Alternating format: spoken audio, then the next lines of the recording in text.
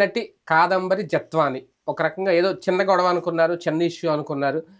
కుక్కల విద్యాసాగర్‌తోనే పోతదేమో అని అనుకున్నారు. కానీ ప్రభుత్వ సపోర్ట్ గట్టిగా ఉందో, లేదంటే ఆ కేసు చాలా బలంగా ఉందో, ఇప్పటికే అప్పట్లో ఉన్న ఇద్దరు పోలీస్ ఆఫీసర్‌లని సస్పెండ్ చేశారు. అప్పట్లో ఏసీపీ, సీఐగా ఉన్న వాళ్ళని. ప్రస్తుతం ముగ్గురు ఐపీఎస్‌లను కూడా సస్పెండ్ చేయబోతున్నారు. వాళ్ళు కూడా టార్గెట్‌లో ఉన్నారు అనేది. అంటే ఈ కేసు ఏదో చిన్న కేసే అనుకుంటే అది ముదిరిపాకానబడి పెద్దదిగా మారింది. అసలు ఏంటి కాదంబరి జత్వాని విషయంలో వెనక వైసీపీ టార్గెట్టా? ఇంకేమన్నా టార్గెట్ ఉందా? నిజంగా జత్వానికి జరిగిన అన్యాయానికి సంబంధించి పోలీసుల పాత్ర అప్పట్లో కీలకంగా ఉంది అనేది. అసలు ఏం జరగబోతుంది? ఇదే అంశం మీద చర్చించే ప్రయత్నం చేద్దాం. సరే, ఇప్పుడు తాజాగా ఇబ్రహీంపట్నం పోలీసులకి మళ్ళీ జత్వాని ఫిర్యాదు చేయడం, అప్పట్లో ఉన్న పోలీసు అధికారులు తర్వాత ఆయన అప్పుడు సీఐ సత్యనారాయణగా ఉన్నాయని తర్వాత కేసులో కూడా ఉన్నారంట కదా! విచారణగా డీసీపీగా మారి చేశారనేది. వాళ్ళని ఇప్పుడు సస్పెండ్ చేయడం. అసలు అంటే ఈ కేసు ఎక్కడి నుంచి ఎక్కడికెళ్తుంది? బేసిక్‌గా కర్ర విరక్కుండా, పాము చావకుండా తమ పని అయ్యేటందుకు కాదంబరి జత్వాని ఇష్యూని వాడుకుంటున్నారు. ఆమెకు కూడా తన పని కావడానికి వీళ్ళ యొక్క ప్రతీకార రాజకీయాలు అవసరం. ఇందులో జగన్ టార్గెట్ కాదు, జందాల్ టార్గెట్ కాదు. ఇక్కడ అమ్మాయి పెట్టిన కంప్లైంట్ చూస్తే జందాల్ పాయింటే రాలా ఎక్కడా కూడా. అంటే జందాల్తో ఆవిడ కాంప్రమైజ్ ఆల్రెడీ క్లోజ్ అయిపోయింది. కాబట్టి జందాల్ మీద ఇప్పుడు వీళ్ళు మీడియా అంతా హైలైట్ చేసింది ఏంటి? జందాల్ అనేటువంటి వాడి నుంచి అమ్మాయిని రక్షిస్తున్న చంద్రబాబు అని. తర్వాత ఇప్పుడు ఏమైపోయింది? జందాల్ పేరు ఏదైనా కంప్లైంట్ ఉందా? ఇప్పుడు అసలు వీళ్ళు ఎందుకు వెళ్ళారు? జందాలు జగన్ కి రాజకీయ గురువు, ఇదే వ్యాపార గురు. అంటే జందాల్కి జగన్ సపోర్ట్ గా ఉన్నాడు. జందాల్ అనే ఆయన జగన్ కి వ్యాపార గురు. అవును. కాబట్టి అందులో భాగంగా జందాలుని ఇక్కడ పెట్టుబడులకు పిలిచినప్పుడు నేను చేస్తాను కానీ నాకు ఈవిడ పెద్ద తలనొప్పి అయిపోయింది, దొంగ కేసులు పెడుతుంది అని చెప్పాడు. చెప్పినప్పుడు అదేంటో చూడండి అని చెప్పేసి ఈయన ఓ నలుగురికి అప్పచెప్పాడు. ఆ పోలీస్ అధికారులకే చెప్పాడు. పోలీసు అధికారులు విషయం అంతా చెక్ చేసుకున్న తర్వాత దీనికి పరిష్కారం ఏంటి అంటే జందాలతో కంప్లైంట్ తీసుకుని వాళ్ళు ఏం చేయలేరు. అక్కడ ముంబైలో ఆల్రెడీ కేసు కోర్టు ఆదేశాల మేరకు కేసు రన్ అవుతుంది. జిందాల్ ఈగో ఏంటంటే వాస్తవంగా కేసు అది నిలవదు, అక్కడే కొట్టేస్తారు. అమ్మాయి పెట్టిన కంప్లైంట్లోనే అత్యాచారం అని పెడుతూ తను పెళ్లి చేసుకోమని అడిగానని, అంగీకరించలేదని, ఆ కారణంగా 2-3 సార్లు గొడవ అయిందని, చాలా ఏళ్ల నుంచి పరిచయం ఉందని చెప్తోంది అక్కడే. ఇంకా అందులో అత్యాచారం ఎట్లుంటది?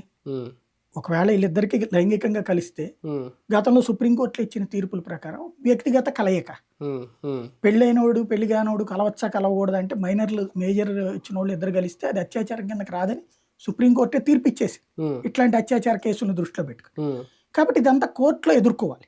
కానీ అతను కోర్టుకి వెళ్ళడం ఇష్టం ఉండదు, ఎందుకంటే భారతదేశంలో తాడు కోటీశ్వరుడు కాబట్టి రాజకీయ పలుకుబడి ఉంది, ఆర్థిక పలుకుబడి ఉంది.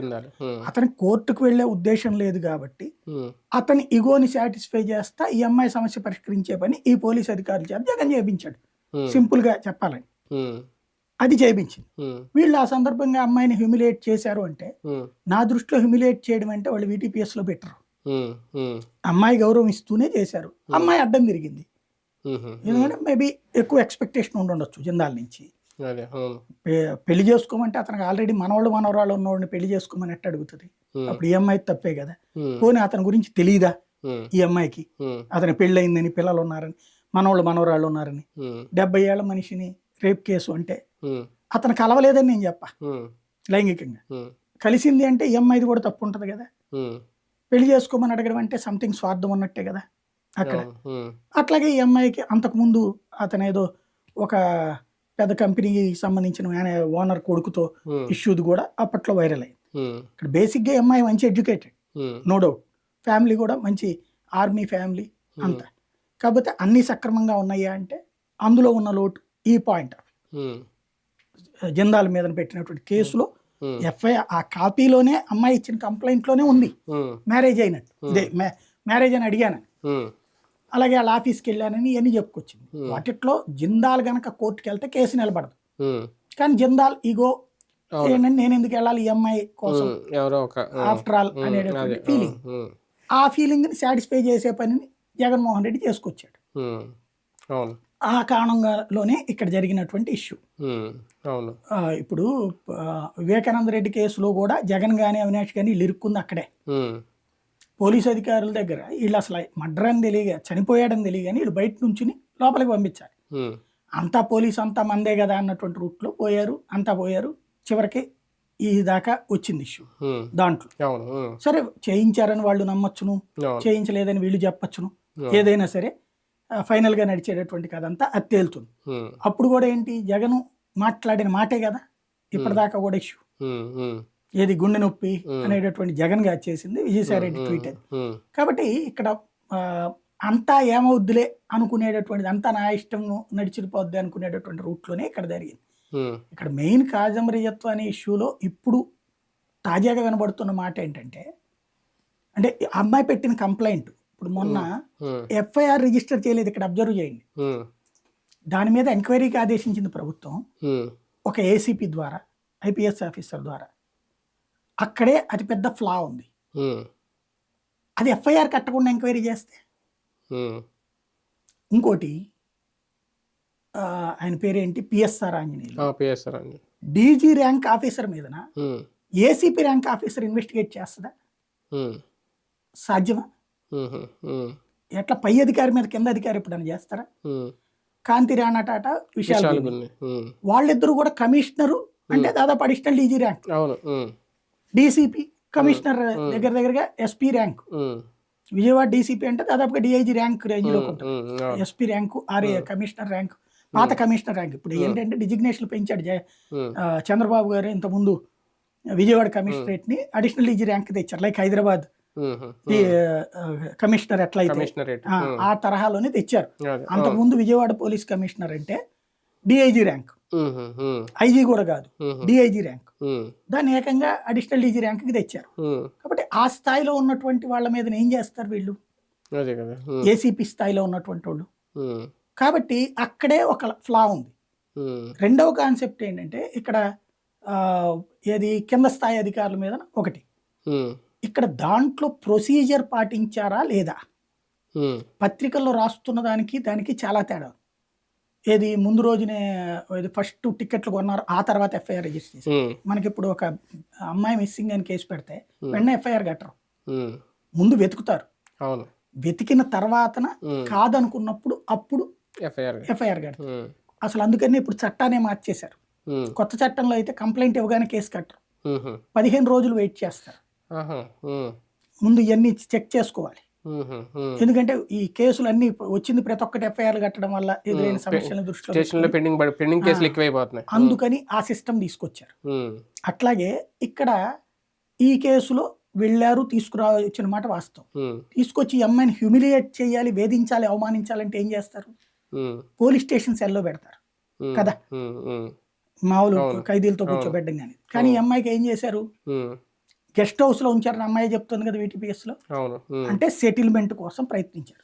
అది ఎతికల్ అని నేను అన్నాను, నీకెందుకు అనవసరం వ్యవహారం. ఇక్కడ పోనీ దానికి ఏమన్నా జిందాలు ఏమన్నా ఈయనకి డబ్బులు ఇస్తాడా, పోనీ కమిషనర్కి ఏమైనా డబ్బులు ఇస్తాడా, విశాల్ గున్నికి ఏమైనా ఇస్తాడా, సిఐకీలకు ఏమైనా ఇస్తాడా, లేదే. జగన్మోహన్ రెడ్డికి ఏమైనా ఇస్తాడా, లేదే. జగన్ పెట్టుబడుల కోసం చేసే వ్యవహారం. పెట్టుబడులకు అమ్మాయి క్యారెక్టర్ని చెయ్యొచ్చా, ఇది ఖచ్చితంగా చర్చించు. కానీ అమ్మాయి ఇది కరెక్టా కాదా, ఇది కూడా చర్చే కదా ఇష్యూ. ఇక్కడ పాయింట్ అలా ఏంటంటే అమ్మాయి కంప్లైంట్ ఇచ్చింది, నిన్న ఇచ్చింది ఎందుకు, ఇక ఎఫ్ఐఆర్ కట్టకపోతే కథ నడవదు. కాబట్టి ఈ ఎఫ్ఐఆర్ అమ్మాయికి ఎందుకు కావాలి, జిందాల్ మీద ముంబైలో పెట్టినటువంటి కేసు సందర్భంలో కొన్ని సాక్ష్యాలు అవి అమ్మాయి తయారు చేసుకుంది. అవన్నీ కొన్ని ఎలక్ట్రానిక్ ఎక్విప్మెంట్ లో ఉన్నాయి, ఫోను ఇవన్నీ. అట్లాగే ఈ అమ్మాయి ఆస్తులు సీజ్ చేశారు, ప్రాపర్టీ సీజ్ చేశారు. అవన్నీ స్ట్రక్ అయిపోయి ఉండడం వల్ల అమ్మాయికి పైసా మూవ్ అవ్వట్లా చేతులు.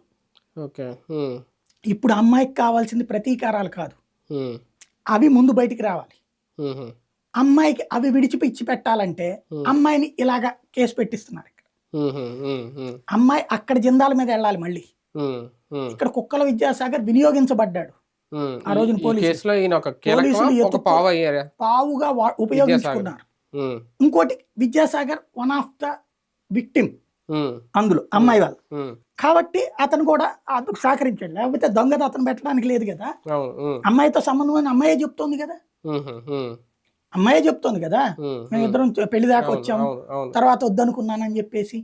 మరి అక్కడే అమ్మాయి ఒకసారి ఏమో ఇతనితో పెళ్లి ఇది, ఆ తర్వాత మళ్ళీ జిందాలు, మధ్యలో ఇంకో ఏషియన్ పెయింట్స్ ఆయన అవును. ఇప్పుడు ఇట్లాంటి ఉన్నప్పుడు ఇక్కడ ఇందులో ఏ ఆస్పెక్ట్ లో నమ్ముతాం మనం? అవును. కాబట్టి ఇదంతా సహజంగా చర్చ నడుస్తుంది, మంచి ఉంటది చెడు ఉంటది. ఇప్పుడు దువ్వాడ దాంట్లో అవును. ఎవరిది రైట్ అంటాం, ఎవరిది రాంగ్ అంటాం. ఇప్పుడు వాణిది కరెక్ట్ అనే వాళ్ళు ఉన్నారు, మాధురిది కరెక్ట్ అనే వాళ్ళు ఉన్నారు, దువ్వాడిది కరెక్ట్. కాబట్టి మనం న్యూట్రల్ గా ఆలోచించినప్పుడు అన్నిట్లలో ఉన్న ఫ్లాస్ కనబడితే ఒక జర్నలిస్ట్ గా ఆలోచించినప్పుడు ఇందులో అమ్మాయిని తీసుకురావడం తప్పు, అరెస్ట్ చేయడం తప్పు, జైల్లో పెట్టడం తప్పు, కానీ కేసు పెట్టడం తప్పు కాదే. కేసు పెట్టిన తర్వాతన ప్రొసీజర్ పాటించారా లేదా? నేను విన్నదైతే ఇక్కడ ముందు కోర్టులో ప్రొడ్యూస్ చేశారు, అది కోర్టులో సబ్మిట్ చేస్తే కోర్టు వారెంట్ ఇచ్చింది, అరెస్ట్ వారెంట్.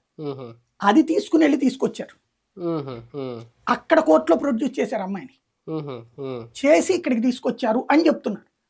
అది నిజమైతే ఈ అధికారులకు ఏం కాదు, అది అబద్ధమైతే అంటే ఈ ఐపీఎస్ అధికారులకి ఏం కాదు. ఐపీఎస్ కాదు, ఇప్పుడు వీళ్ళది కూడా రేపు ట్రిబ్యునల్లో లేచిపోతుంది, ఎత్తేస్తారు. అలా కాకపోతే జరుగుతుంది. అలా కాకుండా గనక వీళ్ళు తీసుకొచ్చి 10 రోజులు 11 రోజులు విడిపిఎస్ గెస్ట్ హౌస్ లో ఉంచి ఆ తర్వాత విడిచిపెట్టాక కూడా ఉంచి ఉంటే ఖచ్చితంగా క్రైమ్ అవుతుంది. అది అమ్మాయి చెప్తున్నది తప్పించి విట్నెస్ ఏంటనేది ఇంతవరకు లే.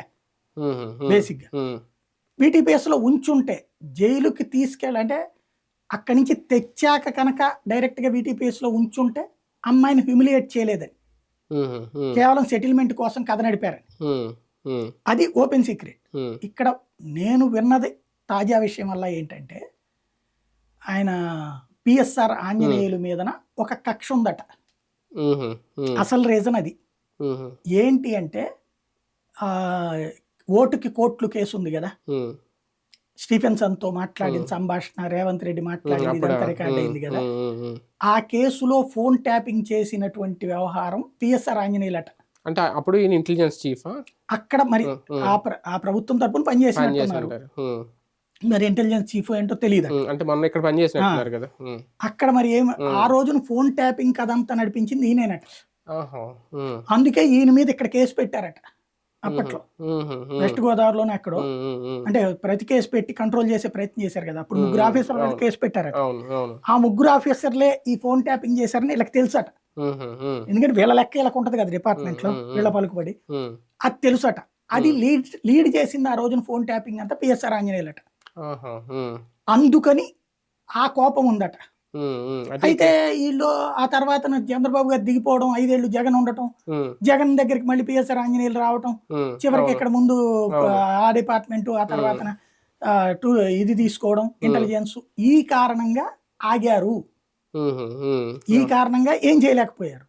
ఇప్పుడు వచ్చింది కాబట్టి దెబ్బతీస్తున్నారని చెప్తున్నారు. అదే ఈ డొంక కదలడానికి తీగలు ఎక్కడో ఉన్నాయి, లింకులు ఎక్కడెక్కడ ఉన్నాయి. అంటే రాజకీయ కోణం అయితే కంపల్సరీ ఉంది దీని వెనక. జత్వాని ఇమిడియట్ తీసుకురావడం, నేను ఇబ్రహీంపట్నంలో జత్వానికి నేను ఇంతకు ముందు కూడా చెప్పాను మీకు, రాజశేఖర రెడ్డి ఒకప్పుడు ఏది రామారావుని దెబ్బగొట్టే కుట్రట్లో అట్లాంటిదే ఇక్కడ. ఇందులో ఎవరికి కూడా ప్రేమలు, ఎవరి మీద ప్రేమలు, ఎవరి మీద అభిమానాలు, ఏదో మానవత్వాలు ఇట్లాంటి మట్టిగడ్డ ఏంలే. బేసిక్ గా ఈ కథలో కనబడేటటువంటిది ఏంటంటే అమ్మాయికేమో తన ఆస్తులు విడిపించుకోవాలా, తన కేసు నుంచి విముక్తి కావాలి, వీళ్ళకేమో వీళ్ళని మీద యాక్షన్ తీసుకోవడానికి ఒక కేసు కావాలి. ఈ రెండిటి మధ్యన అనుసంధానం. అంటే ఓన్లీ రాజకీయ నాయకులే కాదు, వైసీపీ నాయకులే కాదు, పోలీస్ అధికారులు కూడా టార్గెట్ అవుతున్నారు ఈ కేసులో అనేది తెలుస్తుందా అంటున్నాను. మీకు ఇదివరకు నుంచి కూడా ఇప్పుడు రాజకీయ నాయకుడిని పట్టుకోవాలంటే డైరెక్ట్ గా నాయకుడి మీద కేసులు పెట్టడానికి ఏముండదు. అంటే ఇప్పుడు ఆయన్ని కుక్కల విద్యాసాగర్ని కాపాడారు సజ్జలను, లేదంటే ఇంకొకరు వీళ్ళు ఏమన్నా వస్తారేమో అనుకుంటే ఇప్పుడు అనుకోకుండా అనూహ్యంగా పోలీసులకి షాక్ తగలడం ఈ కేసుకి సంబంధించి. అది ముందు నుంచి అనుకున్నదే, పోలీస్ అధికారులు టార్గెట్ ఆడు. మరి కాంతి రాణా టాటా తర్వాత విషయాలు కొన్ని ఎందుకు అర్థం కాదు. వాళ్ళిద్దరిది కూడా ఏమన్నా వీళ్ళకి వ్యక్తిగత కక్షలు ఉన్నాయో తెలియదు, గతంలో ఏమన్నా చేశారేమో. మొత్తం మలుపులు తిరుగుతుంది. రైట్, చూద్దాం. మొత్తానికి కాదంబరి జత్వాని కేసు లైట్ తీసుకున్నా మొన్నటి వరకు ఇప్పుడు సీరియస్ గానే వెళ్తుందా, ఇందులో పోలీసులు లేదంటే ఐపీఎస్ అధికారులు కూడా టార్గెట్ అవుతున్నారా, రాజకీయ కుట్రకోణం కూడా ఇందులో ఉందా? చూద్దాం ముందు ఏం జరుగుతుంది.